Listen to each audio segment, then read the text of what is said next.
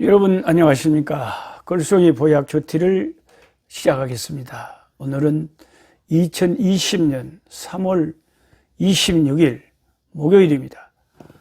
365일 중에 86번째 성경 공부 시간으로서 365일 1년에 한 번 성경을 쭉 우리가 공부하는 프로그램입니다. 오늘은 86번째로 사무엘상 22장에서 24장까지 말씀을 공부하겠습니다. 제가 하얀 칠판을 뒤에다 두고 필요할 때마다 또 칠판을 이용해서 또 설명을 하도록 하겠습니다. 관광지에 가면 관광 가이드가 필요하듯이 성경을 읽을 때는 저 같은 성경 가이드가 여러분에게 도움이 될 줄로 압니다. 사무엘상 22장에 보면 1절에 이렇게 써져 있습니다. 그러므로 다윗이 그곳을 떠나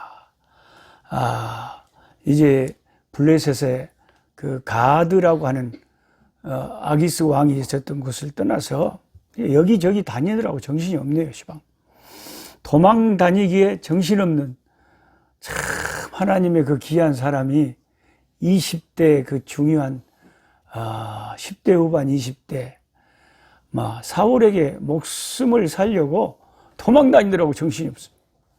청춘의 시절에 도망 다니는 삶, 얼마나 혹독하게 하나님이 사랑할수록 훈련을 심하게 시키는가를 우리가 알 수가 있습니다. 다윗이 그것을 떠나 아둘람 굴로 도망을 갔다. 아둘람 굴로 도망을. 그의 형제와 아버지의 온 집이 듣고 그리로 내려가서 그에게 이르렀고, 환난당한 모든 자와 빚진 모든 자와 마음이 원통한 자가 다 그에게로 모였고, 그는 그들의 우두머리가 되었는데 그와 함께한 자가 400명가량이었더라. 아둘람 굴로 도망을 가버렸다. 그래서 제가 여러분 칠판에 혹시 펜이 있으면 여러분도 한번 이 이스라엘의 지도를 한번 여러분 노트에 끌적거려 보시기 바랍니다. 우리 한국의 지리를 여러분 다 아시겠지만 이스라엘 성경에 나오는 그런 지리를 잘 파악을 하고 있으면 아둘람 굴이 도대체 이스라엘에 어디쯤 있었는가 계속해서 그 지명이 나오기 때문에 좀 파악을 해 보겠습니다. 자, 이스라엘은 일단 이렇게 이쪽이 큰 대해 그레이트 시라고 해서 지금은 지중해지만 그 당시에는 큰 바다라고 해서 그레이트 시, 지금은 지중해지만 이스라엘의 이쪽 오른쪽에 지중해, 그때는 대해입니다. 이 바다가 딱 이렇게 있고요. 그 다음에 이쪽 남쪽, 이쪽 동쪽 이 바다를 접한 이 지역이 이스라엘 내에 그 밑에 있었던 가시 같은 블레셋 지역입니다. 블레셋. 이 블레셋에 5대 도시가 있었죠. 가드라고 하는 데가 이쯤 되어 있는데, 가드요. 요 가드 왕 아기스한테 갔다가 미친 척하고 그냥 침을 질질 흐르고, 요래 가지고 더 이상 불안해서 안 되겠다 해가지고 여기서 다윗이 도망을 쳐가지고 아둘람 굴로 갔다. 그런데 아둘람 굴이 어디냐면은 한 요쯤 됩니다. 아둘람 굴이 요쯤 됩니다.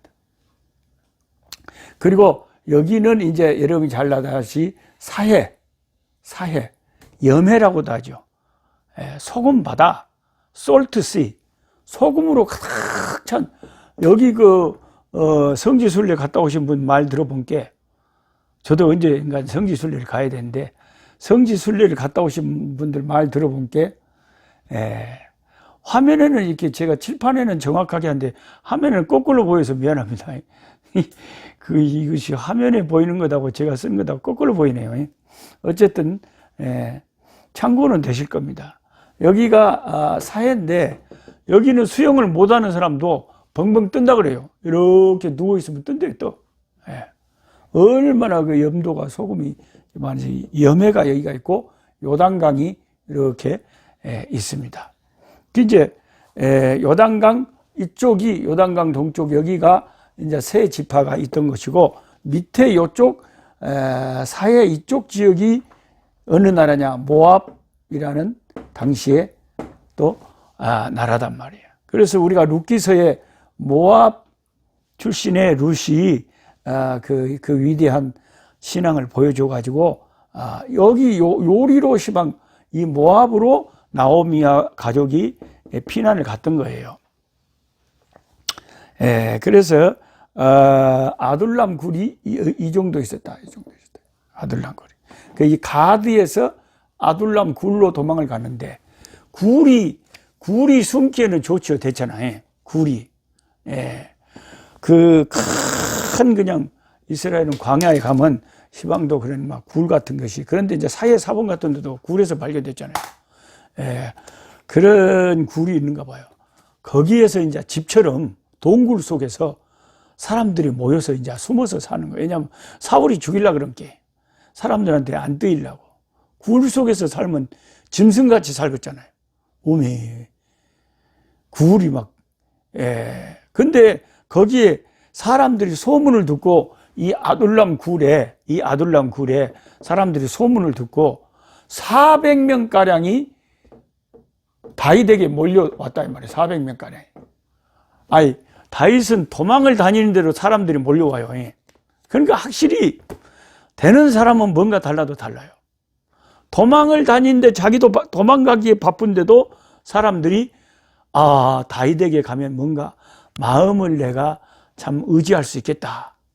그래서 다윗에게 사람들이 그때부터 몰려들기 시작했는데 어떤 사람들이 몰려들었냐. 2절에 주로 온 사람들이 환난당한 자, 빚진 자, 마음이 온통한 자, 환난당한 자, 빚진 자, 마음이 온통한 자.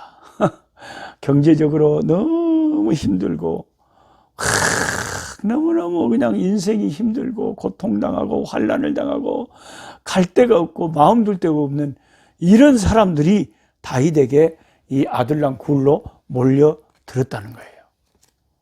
그때부터 이제 아둘람 굴의 공동체가 이제 다윗을 중심으로 시작이 됐던 것입니다. 하나님이 쓰는 사람은요, 어느 상황에서도 사람들이 주변에 항상 몰려듭니다. 근데 하나님께서 사랑하지 않고 이 영적인 은혜가 약한 사람은 사람들이 자기에서 자꾸 떠나가요. 그러니까 여러분을 가만히 한번 자기 자신을 살펴보세요. 사람들이 나를 좋아하는가? 사람들이 나를 싫어하는가? 그게 다 자기한테 달려있는 거예요. 우리가 세상을 살면서 내 마음을 서로 털어놓고 서로 의지할 수 있는 친구가 있고 마음을 터놓을 수 있는 사람들, 내 온통한 마음, 내 아픈 상처를 나눌 수 있는 사람이 있다는 거. 다윗 같은 그런 사람이 내 인생에 있다면 그게 상당히 큰 축복이 됩니다. 그게 교회일 수가 있고요. 그게 말씀일 수가 있고. 우리는 어떻게 이 험한 세상을 살면서 내 온통한 마음을 뭔가 누구하고 나눌 수 있고 터놓을 수 있는 대상이 필요한 거예요. 그 당시에는 아둘람 굴에 숨어 살던 다윗이 그런 의지할 대상이 돼서 사람들이 그에게 몰려왔다는 것입니다. 이 성경 공부를 하고 있는 여러분들과 저도 사람들이 나를 조금 좋아해야 돼요. 사랑하고. 그러려면은 내가 다른 사람이 나를 좋아할 수밖에 없는 어떤 요소들이 있어야 돼요. 그게 이제 사랑이라는 거죠, 사랑. 그리고 내가 마음이 교만하면 사람들이 나를 가까이 하지 않습니다. 도둑놈도 도둑놈을 싫어해요. 도둑놈이 제일 자존심 상할 때가 언제인지 압니까? 자기 집이 털렸을 때. 도둑놈이 집을 나서면서 도둑질하러 가면서 자기 부인한테 뭐라 그런지 아세요? 집 단속 잘해라잉. 왜? 도둑놈이 자기 집이 털린 게 제일 기분 나쁜 거예요. 그러니까 교만한 사람도요, 교만한 걸 제일 싫어해. 지가 교만하면서 남이 교만한 것은 그렇게 못 보내. 그래서 사람들이 나한테 가까이 하려면 사랑이 있어야 되고요. 교만한 그런 내 마음에 여러 가지 교만한 것이 많이 사라지고 내게 따뜻한 그 깨어진 마음, 겸손한 마음. 그래서 상한 사람들이, 원통한 사람들이, 빚진 사람들이 좀 뭔가 와서 자기의 아픔을 나누고 싶은 대상이 될 수 있는 것이 참 다윗 같은 사람이 될 수 있는 것이 우리가 이 성경 공부를 하면서 중요한 겁니다. 여러분 혼자 돈 많은 부자면서 혼자 잘 먹고 잘 살면 뭐던데요? 뭔가 다른 사람하고 함께 인생을 나누고 살고 함께 하면서 사는 것이 인생이 재밌잖아요. 혼자서 가서 그냥 고기 뜯어먹고 왔다 배불리다. 그게 뭔 재미가 있대요? 여러 사람이 함께 친구들과 어울려서 여러분은 항상 친구가 있는지 또 어려움을 당하고 있는 사람들이 나를 참 가까이 다가와서 뭔가를 나눌 그런 마음을 갖고 있는지. 요즘은 제가 겪어보니까요, 같은 목사님, 같은 교인이라도 정치적인 이야기를 하다 보면 원수가 돼버려요. 그게 나는 이해가 안 돼요. 정치적인 문제 아니라 무슨 문제를 이야기를 하더라도 우리가 서로 존중하고 서로 사랑한다면, 형제 생각은 그러하네요. 저하고는 조금 생각이 다르지만 형제의 생각을 존중합니다. 우리가 투표장에 가서 자기 의사대로 투표는 해야 되겠죠. 그러나 형제를 존중하고 사랑합니다. 이렇게 할 수는 없습니까? 왜 꼭 내가 원하는 대로 상대방이 생각 안 해주면 그게 원수입니까? 그런 법이 어디 있대요? 아주 싸나워요. 그냥 무조건 나하고 생각이 다르면 원수예요, 원수. 왜 이렇게 우리가 엉뚱하게 좀 뭔가 자아가 깨지고 겸손하고 부서진 자아를 브로큰 그 하트, 뭔가 심령이 깨어지고 심령이 가난하고 이런 마음들이 왜 이렇게 적고 사람들이 이렇게 싸나운지 모르겠어요. 말세에는 사람들이 싸납다, 그런 특징이 있어요. 그래서 이 아둘람 공동체를 보면서 저와 여러분들도 억울한 사람, 원통한 사람, 가난한 사람, 힘든 사람들이 나하고 내 인생에 가까이 할 수 있는 것이 중요하다. 그래서 제가 이 성경 공부 마치고도 제가 제 아내랑 매일같이 부르는 찬송가 가사 하나 있잖아요. 어떤 분은 그런 찬송을 처음 들어봤대요. 그게 몇 장이냐고 문자로 저한테 물어봐요. 460장 아닙니까? 약한 자 힘주시고 강한 자 바르게 추한 자 정쾌함이 주님의 뜻이라. 이 땅에 핍박 있는 곳 주 거기 계셔서 그 팔로 막아주시어 정의가 사나니. 저는 그런 마음으로 늘 살기 때문에 그 찬송가가 저는 너무 좋아요. 약한 자 힘주시고. 이 땅에 고통이 있고 환란이 있고 핍박이 있고 압박이 있는 곳, 북한같이 저 인권 유린이 있고 너무나 가난하고 힘든 사람들, 거기 주님 가셔서 주님의 그 따뜻한 그 사랑의 손으로 만져주시고 연약한 자들 힘주시라. 약한 자들을 생각하는 것이 그리스도인의 다 공통된 마음, 다윗과 같은 마음이기 때문에 그 온통한 사람들이 몰려든다는 거죠. 그런데 22장을 읽다 보면 에돔 사람 도액 같은 이런 아주 악한 자도 있어요. 9절에 그때의 에돔 사람 도액이 사울의 신하 중에 섰는데 이 사람이 엉뚱한 소리를 해갖고 제사장들 85명을 죽여버렸어요. 이새의 아들 다윗이 노베 와서 아이두베 아들 아히멜렉에게 이런 걸 내가 보았는데 제사장 아히멜렉이 그를 위하여 여호와께 기도해주고 그에게 음식도 주고 블레셋 사람 골리앗의 칼도 주더이다 하고 사정없이 잃어버렸네. 그때 다윗이 제사장 아히멜렉에게 들렸을 때 떡도 얻어먹었고요.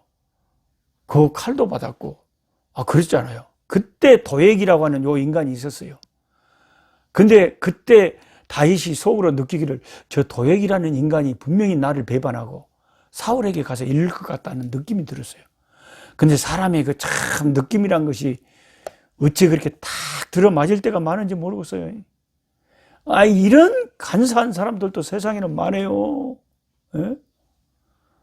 사람들을 우리가 믿을 수가 있습니까, 여러분? 좀 의리가 있어야 될 거 아니에요? 예?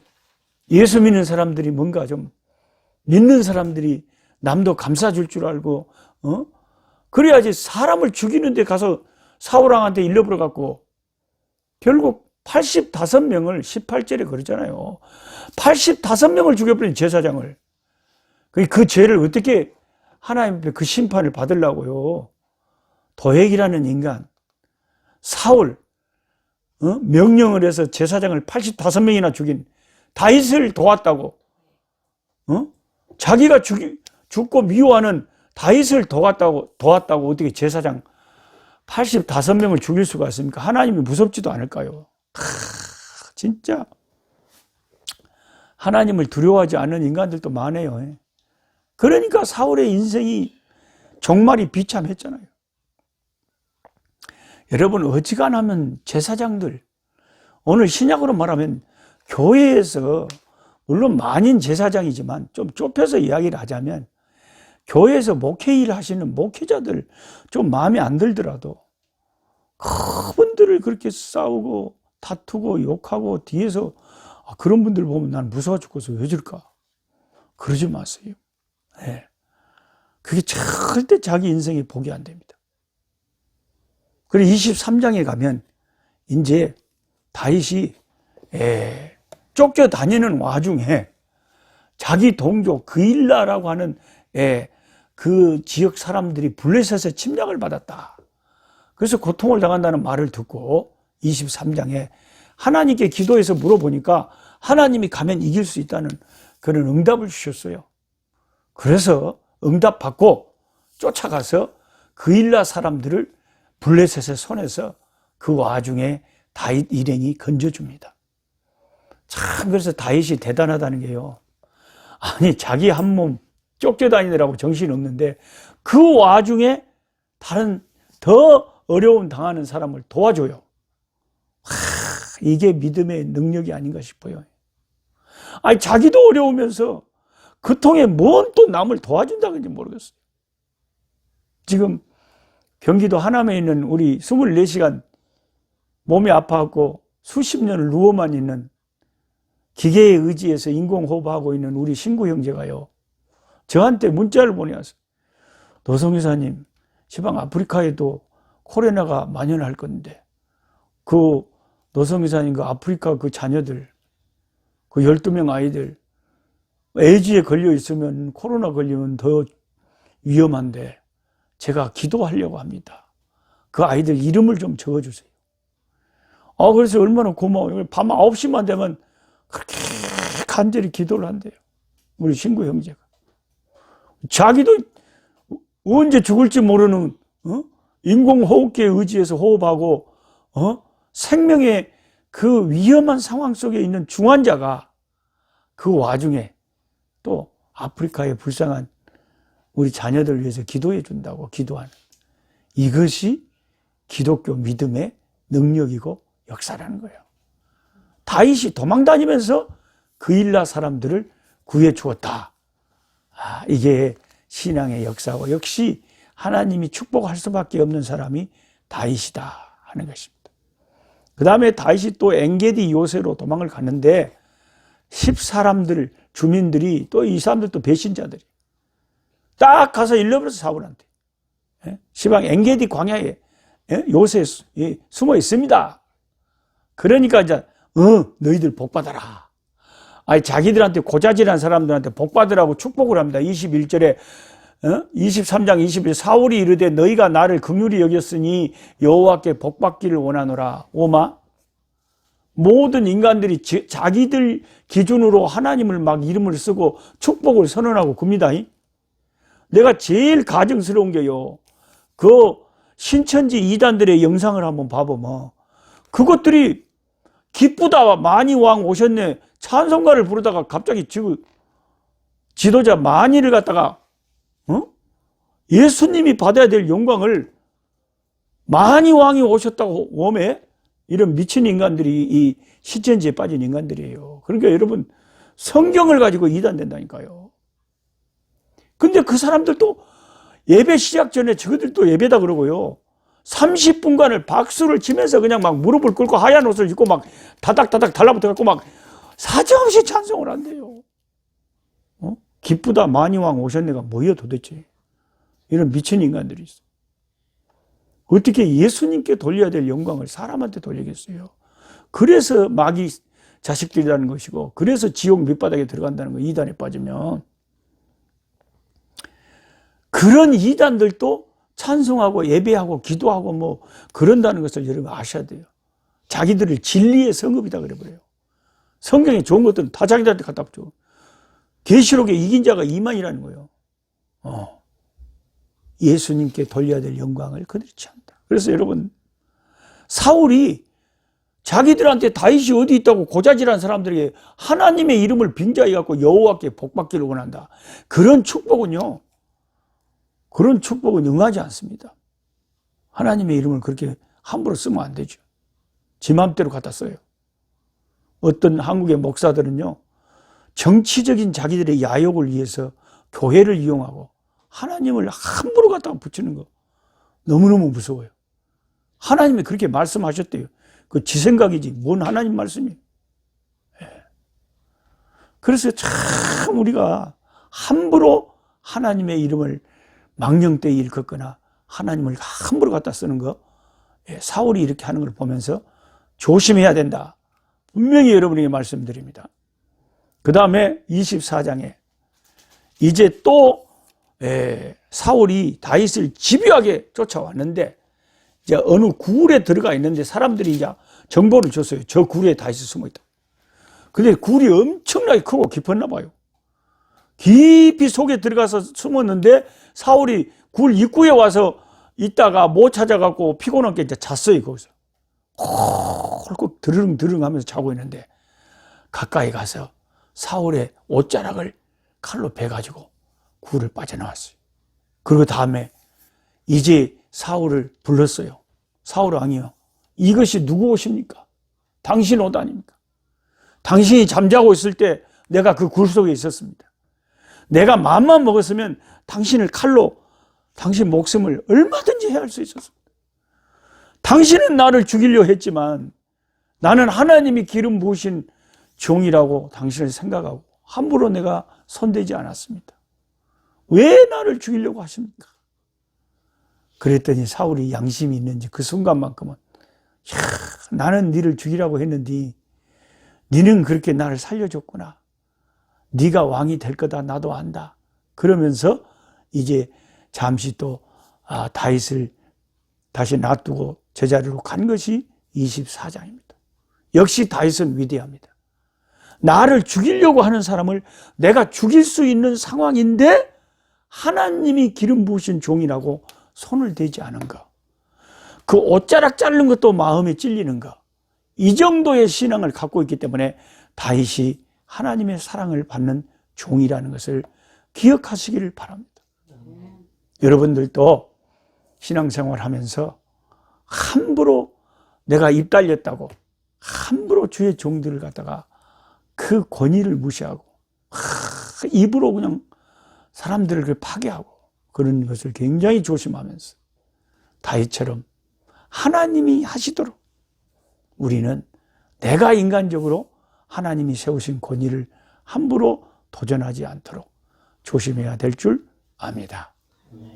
오늘은 여기까지 하겠습니다. 제가 여러분에게 서비스를 잘 한다고 오늘 칠판을 사다가 이렇게 그려가면서 설명을 드렸는데, 문제는 여기 전문 어떤 그 촬영 기사가 저를 촬영해 주는 게 아니기 때문에 이게 제가 칠판에다 내가 보기에는 제대로 심한 그림을 그렸는데 제가 화면으로 보니까 거꾸로 보여보네. 거꾸로 보여보네. 어마, 이걸 어찌했을지 모르겠네. 그러니까 대충 그런 줄 아시고, 코로나가 만연한 이 시절에 여러분, 우리 남아공 아프리카를 위해서 좀 기도해 주시기 바랍니다.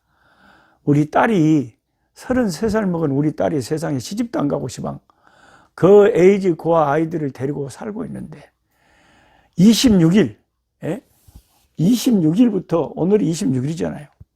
사우스 아프리카의 남아공에 완전히 전시 상태, 전쟁 상태에 들어가지고 군인들이 쫙 풀려가지고 어떤 영업도 할 수 없다. 모든 사람은 집에서 나오지 마라. 2주일간 앞으로 우리는 전쟁 상태다. 이 코로나 때문에요. 완전 전시 상태.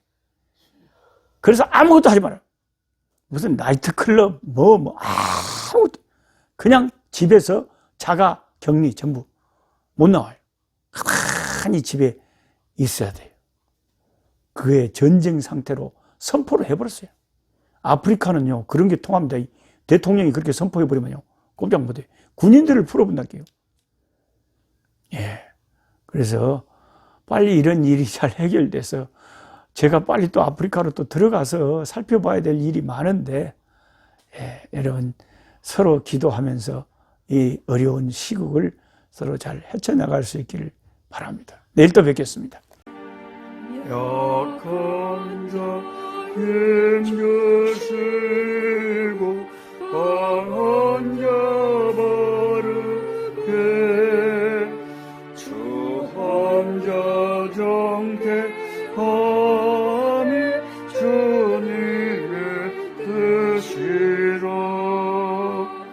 해 아래 압박 있는 곳 주 거기 계셔서